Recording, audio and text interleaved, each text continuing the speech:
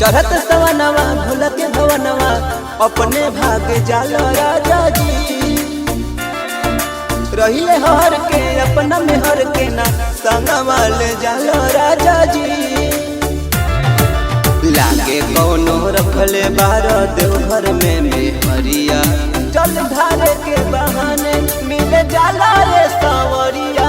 जल ढारे के बहाने मिले जाला रे सावरिया। जल ढारे के बहाने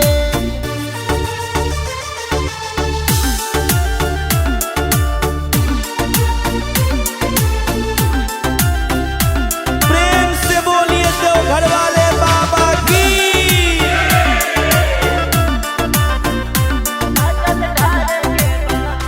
देवघर जाए ना देव राजा बंद राखब दरवाजा। असो गावही में धनी शिवाला अपना टोला में भोला जी के बोलाइबे। ताहर सारा कर तू ते हमें सुनाई। बैजू के नगरिया तू बनी के कांवरिया।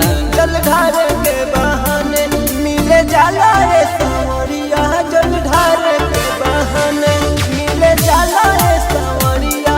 जल ढारे के बहाने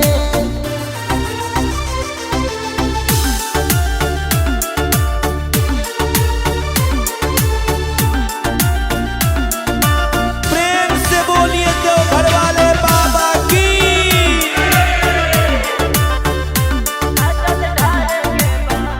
हम नादान बानी बाबा अनजान बानी बाबा। भूल चुक होई जवन रउआ माफ करे कि अपना सैया ओर से हाथ जोड़तानी। गलती क्षमा करब पाँव पड़तानी।